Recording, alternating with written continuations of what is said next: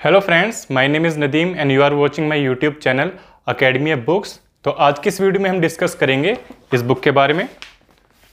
आप देख सकते हैं the globalization of world politics, और इसके 3 राइटर हैं, लेकिन ये बेलिस एंड स्मिथ के नाम से बहुत फेमस है। अगर आप वर्ल्ड पॉलिटिक्स के बारे में जानना चाहते हैं तो ये जो बुक है काफ़ी अच्छी स्टैंडर्ड बुक है, और इसका जो कंटेंट है काफ़ी रिच कंटेंट है। एक और ग्लोबल पॉलिटिक्स की मैंने बुक रिव्यू की थी एंड्रयू हेवुड की, आप उसको भी देख सकते हैं। मैंने आपको यहाँ पर उसका थंबनेल दिखा दूंगा, आप जो है मेरी प्लेलिस्ट में जाकर उसको देख सकते हैं। तो आज हम करेंगे the globalization of world politics. ये काफ़ी आप कह सकते हैं इसकी MRP 1000 के करीब थी, तो लेकिन मेरे को इसकी PDF मिल गई थी और मैंने उसको फोटो कॉपी कराई थी, जो कि मेरे को काफ़ी चीप प्राइस में पड़ गया था, 400 to 500 रुपीज़ में। तो इसलिए मैंने इसको जो है ज़ेरॉक्स कराई थी। तो आज देखेंगे इसके कंटेंट के बारे में, राइटर के बारे में, पब्लिकेशन के बारे में, लेवल ऑफ लैंग्वेज के बारे में, और कंटेंट के बारे में, किस तरीके का इसका कंटेंट है, अंदर डायग्राम का यूज़ हुआ है या नहीं हुआ, किस तरीके से उसकी जो कंटेंट राइटिंग है वो किस तरीके से की गई है। उसके बाद इसको प्राइस रेट देखेंगे, ऑनलाइन ऑफलाइन दोनों को डिस्कस करने के बाद इसको स्टार्स देंगे आउट ऑफ 5। तो चलिए शुरू करते हैं।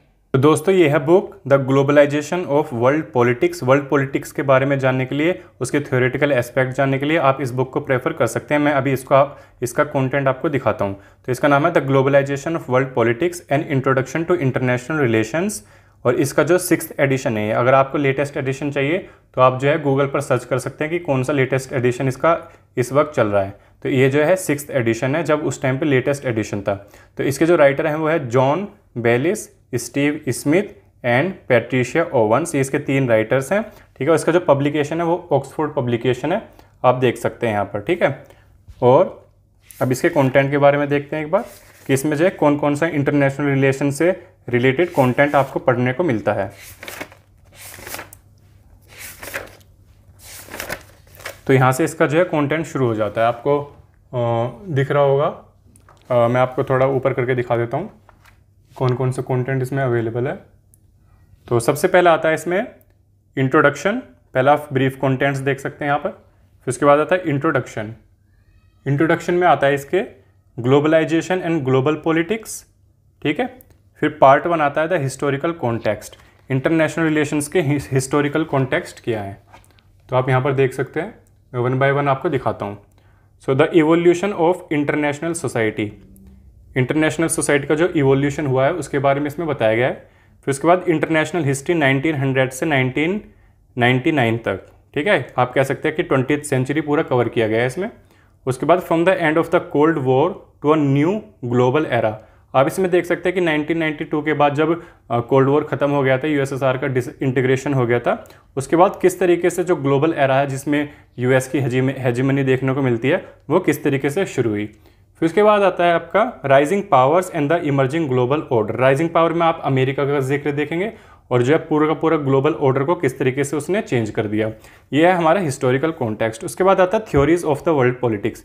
ये काफ़ी अच्छा पोर्शन देखने को मिलता है, क्योंकि बहुत सारे कॉम्पिटिटिव एग्जाम में, जैसे UPSC की बात करें तो इंटरनेशनल थ्योरीज, इंटरनेशनल रिलेशंस की जो थ्योरीज होती है वो मिलती नहीं है, लेकिन इस बुक में काफ़ी अच्छी तरीके से कवर किया गया है। जैसे हम देखें, रियलिज्म के बारे में बात की गई है, लिबरलिज्म के बारे में बात की गई है, contemporary main stream approaches, न्यो realism and न्यो liberalism की बात की गई है, Marxist theory of international relations की बात की गई है, सोशल कंस्ट्रक्टिविज्म की बात की गई है, पोस्ट स्ट्रक्चरलिज्म की बात की गई है, पोस्ट कॉलोनियलिज्म, इंटरनेशनल एथिक्स, ये सब इसमें बात की गई है। उसके बाद आता है इसका part 3 structures and processes. Structures and processes में आता है the changing character of war, ठीक है।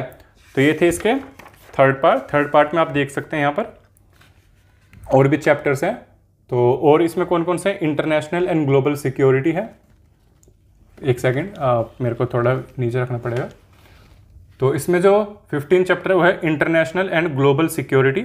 16 चैप्टर है international political economy in an age of globalisation.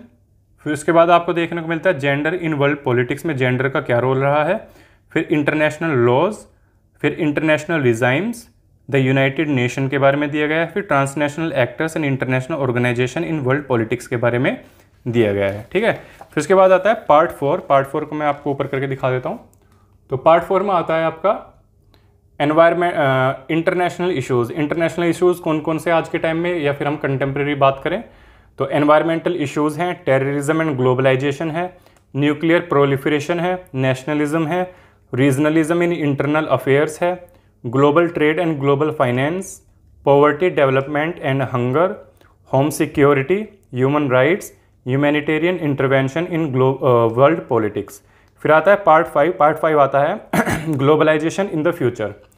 तो ग्लोबलाइजेशन इन द फ्यूचर में आप देख सकते हैं 32 चैप्टर है इसका, globalisation and the transformation of political community. फिर 33 चैप्टर है globalization and the post war order. इसके बाद आप देख सकते हैं कि इसी कंटेंट को काफ़ी डिटेल में दिया गया है। तो मैं आपको एक बार दिखा देता हूँ, आप इसका स्क्रीनशॉट ले लीजिए, क्योंकि इसको पढ़ूंगा तो वीडियो काफ़ी लेंथी हो जाएगी। ठीक है, तो इसको मैं यहाँ रख देता हूँ, इसका आप स्क्रीनशॉट ले सकते हैं जूम करके। तो फर्स्ट पेज ये है, अभी मैंने जो जो आपको चैप्टर्स बताए थे उसी के बारे में है इसमें पूरे। सेकंड ये है, और इसका आप ले सकते हैं फोटो और स्क्रीनशॉट। उसके बाद ये है इसका कंटेंट। ठीक है, फ़ॉन्ट काफ़ी छोटा है लेकिन आप जूम कर सकते हैं, तो जूम करने से आपको समझ में आ जाएगा। फिर इसके बाद जो है इसका ये पेज और है, इसके आप ले सकते हैं स्क्रीनशॉट। ठीक है, ये सारे के सारे इसका कंटेंट है। अब इसका देखते हैं कि कंटेंट का जो क्वालिटी है वो किस तरीके की है, और उसकी जो लैंग्वेज है मॉडरेट है, इजी है या हार्ड टू अंडरस्टैंड है, किस तरीके की देखने को मिलती है। ठीक है, और उसका पैटर्न भी देखेंगे कि कंटेंट को किस तरीके से लिखा गया है। तो फर्स्ट चैप्टर देखते हैं इसका। फर्स्ट चैप्टर है इसका introduction, Steve Smith, Patricia Owens, John Baylis, from international politics to world politics, theories of world politics, theories and globalization, globalisation and its precursors, globalization myth है या रियलिटी है। ठीक है, तो यहाँ से इसका शुरू हो जाता है। आपको मैं एक पैराग्राफ पढ़कर दिखा देता हूँ। तो इसका जो फर्स्ट पैराग्राफ है वो कुछ इस तरीके से है, the aim of this book is to provide an overview of world politics in a global era. We think that it is specially difficult to explain world politics in such an era because globalization, the word most often used to describe it. It is a particularly controversial term. There is considerable dispute over what it means to talk of this era as one of globalization and whether to do so implies that the main features of world politics are any different from those of the past. In this introduction, we want to explain how we propose to deal with the concept of globalization in this book and offer some arguments both for and against seeing it as an important new development in world politics. तो जैसा आपने देखा कि इसकी जो language है काफ़ी moderate मैं बोलूँगा, ज़्यादा इजी लैंग्वेज नहीं है, ज़्यादा हार्ड नहीं है। ठीक है, अगर आपको बेसिक वर्ल्ड पॉलिटिक्स का थोड़ा इन्फॉर्मेशन है तो आप इसको ईजिली अंडरस्टैंड कर सकते हैं। फिर इसके बाद फर्स्ट पॉइंट आता है इसका, from international politics to world politics क्या है। फिर इसके बाद थ्योरीज आती हैं वर्ल्ड पॉलिटिक्स की। ठीक है, जो भी हमने प्रीफेस में अभी पढ़ा है इंट्रोडक्शन में, वो सारे इसको पॉइंट को अब वन बाय वन कवर किया जा रहा है इस बुक में। उसके बाद आप देख सकते हैं कि इसमें जो है ज़्यादा डायग्राम्स का इस्तेमाल नहीं किया गया है। इसमें जो है सारा का सारा रिटन फॉर्म में आपको दिया गया है, कुछ भी पिक्टोग्राफिक फॉर्म में आपको अभी तक तो नहीं मिला, आगे शायद हो थोड़ी। और ये देख सकते हैं पूरा चैप्टर जब कंप्लीट हो जाता है, इसमें कंप्लीट होने के बाद आपको फर्दर रीडिंग के लिए इसमें कुछ मेंशन किया गया है कि फर्दर रीडिंग आप कर सकते हैं यहाँ से, और ये पूरा चैप्टर कवर हो जाता है। तो चैप्टर 1 अब शुरू हुआ, ये इंट्रोडक्शन था। तो चैप्टर 1 में क्या है, चैप्टर 1 में भी है ग्लोबलाइजेशन एंड ग्लोबल पॉलिटिक्स के बारे में बताया गया है इसमें। तो ग्लोबलाइजेशन एंड ग्लोबल पॉलिटिक्स के ये सारे के सारे इसमें सब पॉइंट्स है जो हमको पढ़ने को मिलेंगे। सबसे पहले इंट्रोडक्शन, फिर evidencing globalisation, conceptualising globalisation, interpreting globalisation, globalisation and global politics and conclusion.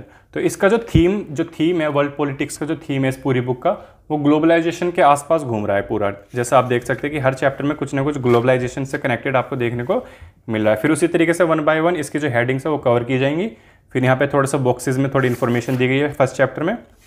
ठीक है, और यहाँ पे बॉक्सेस देखने को मिलेंगे आपको फर्स्ट चैप्टर में, जो की पॉइंट्स कवर करते हैं, डेफिनेशन ऑफ ग्लोबलाइजेशन कवर करते हैं। ठीक है, तो इस तरीके के आपको बॉक्सेस देखने को मिल रहे हैं। तो डायग्राम तो नहीं है लेकिन बॉक्सेस में डायग्राम भी आ गया। So the world wide web, तो इसमें दिया गया है कि ये डायग्राम है इंटरनेशनल ऑर्गेनाइजेशन, ट्रांसनेशनल ऑर्गेनाइजेशन और सोसाइटी और गवर्नमेंट कैसे काम करती है और कैसे एक दूसरे से इंटरलिंक्ड है। ठीक है, तो इसी तरीके से पूरा चैप्टर कवर हो जाता है। फिर लास्ट में इसकी फर्दर रीडिंग है और कुछ क्वेश्चंस भी, अगर आपको कुछ क्वेश्चंस हैं इनको सोल्व करके आप अपना जो है क्लैरिटी ला सकते हैं। तो इसका जो प्राइस रेट तो मैंने आपको बताया कि मैंने फ़ोटो कॉपी कराई थी, तो इसका मेरे को 400 to 500 के बीच में पड़ा था इसका प्राइस। लेकिन इसका जो ऑनलाइन प्राइस है या फिर ऑनलाइन प्राइस ऑफलाइन प्राइस है वो मैं आपको स्क्रीन पर दिखा दूंगा।